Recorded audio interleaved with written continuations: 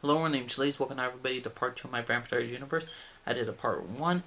Part 1 will be down in the description box. Let's start off with the top 10, and again there will be a part 3, which will be the top 5. So let's turn from 10 to 5, or 10 to 6, and let's start at number 10. Number 10 is Vampire Diaries Season 8. The final season of Vampire Diaries, to me, had some inconsistency with his lore, but overall, it didn't mess it up too much. The characters remained the same, and overall, I think they did a better job of having a series finale than the originals did. We got a lot of characters coming back. We had new lore that made sense. We got the Sirens, Sybil and Selena, I believe. Great gig. Well, Sybil at least was a great villain and all this stuff. I enjoyed her as a character. The Sirens, how they can get into people's heads, how old they are, and how they are help the devil, which we're introduced to the devil, or Arcadius Cade, who is basically has this psychic world, and basically how he just feeds off the souls of the evil people. And we all know, and there's a certain way where one character dies, a human character that's evil, and he feeds off the soul, and how he takes her basically out of the original world is basically like popping her out, like, but she's just there, and then she flies through the air, kind of like how what happened with Catherine. So there's a lot of great stuff what they did with Vampire Season 8, and a lot of callbacks to previous seasons. They had a lot of great moments. The finale was epic. There's a lot of tears shed. There are some characters that are wasted, like Tyler Lockwood and all that stuff, but overall, the entire arc of Vampire Season 8, I enjoy. I think it was a pretty dang great finale. The series finale, the final episode, was a tearjerker. And overall, the final season was a very good season. Just a little inconsistencies with its lore a bit, but overall, I'm very much a fan of Vampire Season 8 again. After I rewatched this, so Vampire Season 8 is my number 10. I'm going to give it the same grade, though, as Vampire Season 6 and Season 5 as a B+, but they're a little bit different. If we're doing levels, it's like 8.6 or 8.7 is a freaking Vampire Season 5, and then after that is Vampire Season 6 with 8.8, and I'll give it the same score, Vampire Season 8, 8.8, so a B+. So that was number 10. Number 9, I'm going to give to Vampire Season 4. I enjoy Elena turning into a vampire. I love the new transition. I love the introduction of the Five, about the Cure storyline. I love great many things about this. I love No Humanity Elena. I love having all these character moments. I love Stefan and Damon trying to do whatever they can to get Elena not only back as human, but trying to get her humanity back. And the whole Silas storyline was very interesting. I like Bonnie Bennett's storyline during this season, but overall, there's a couple things why I don't love it. Well, I love it. It's just the reason why it's not higher is because there's too much relationship drama. We have Steph and Elena, Dame and Elena, Catherine and Elijah, Rebecca and Matt. I mean, and then Klaus and Caroline, Tyler and Caroline. And then it's just too much drama for too much stuff. And a little bit Bonnie and Jeremy. There's just a little bit too much drama that's not necessarily needed. I enjoy Vampire Season 4. I think it's a great season. And we still have the originals. This is the final season that the originals are going to be on the Vampires. And I enjoyed them. Vampire Season 4 was a kick-ass season. I enjoyed it. I love the Christmas episode. But Vampire Season 4 is at number 9 on my list. And I already gave you the reasons why I didn't put it higher. Number 8 is original Season 4. This episode had 13 episodes. This could have been a series finale. Could have been a better series finale than the original Season 5. But original Season 4, what's happening? Hope is a little bit more grown up.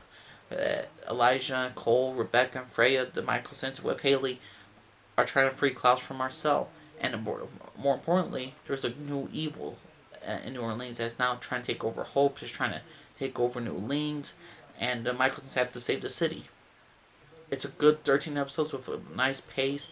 A lot of characters will get great moments. A lot of characters have great storylines. Vincent has a particular interesting storyline with the Hollow, the Ancient Evil.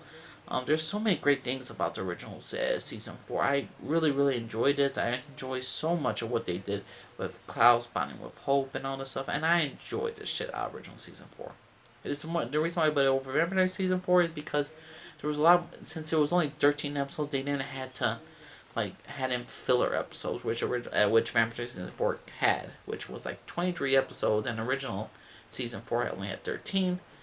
And I say they could have had another 3 more episodes to make it 16, but to me, original Season 4, a pretty great season, and I give it an A. So Vampire Season 4, I gave like an A minus, and I'm going to give original Season 4 an A minus. Correction, original Season 4 is an A minus. Great season as well. Next up is my number Seventh pick is gonna be no other than Vampire Season 1. I enjoyed the shit out of Vampire Season 1. This season was fantastic. Introduction of the lore was amazing. There's just little problems, the actors, they don't have good chemistry at the beginning with each other, and some of the special effects they have to work out, kink out, obviously.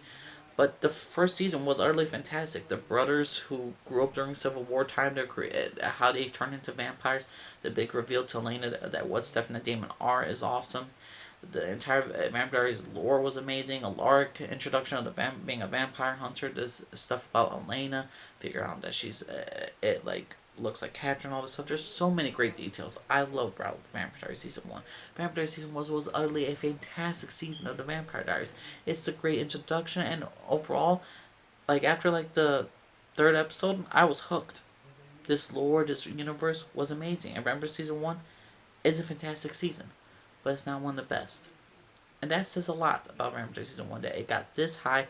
7 out of 15 is more than it reached the halfway mark. And this is the standard that all the previous seasons had to beat. All the upcoming seasons had to beat. So Vampire Season 1, number 7. Number 6 is Original Season 2. I love Original Season 2. I love the fact that Klaus and Elijah are now dealing with the family. Michael is back, Esther back, Finn is back, the original family is back. New threats are happening. Klaus is trying to protect his daughter and all this stuff. He's trying to stop the evil that's gonna come forward. So much family drama is being built up, and it's just trapping the Michaelsons into their own, literally suffocating them. And how they have to form alliances with werewolves and all this stuff. How Haley has to get married in order to get a pact to protect her child. And the great villain known as Aunt Dahlia. Aunt Dahlia, played beautifully by Claudia Black, was utterly fantastic. And I really enjoy the introduction of Freya as a sister to the Michaelsons, a long lost sister. I enjoy a great many things about Original Season 2. Original Season 2 was utterly fantastic. Of having certain secrets about the Michaelsons revealed about their family, and this was all about their family drama with Michael, Esther, Freya, Dahlia.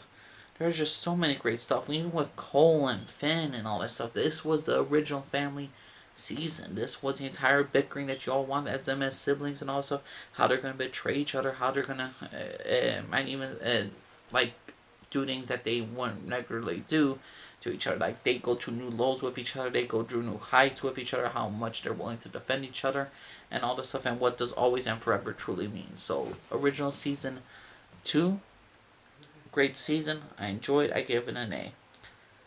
And that will wrap up part 2 of this entire video, everybody. I will be doing a part 3, and as you can see, you can probably digest about what is my personal top 5. I will explain to you why each season is my why it deserves to be in the top 5 season of the entire Vampires universe, the Vampires originals and legacies.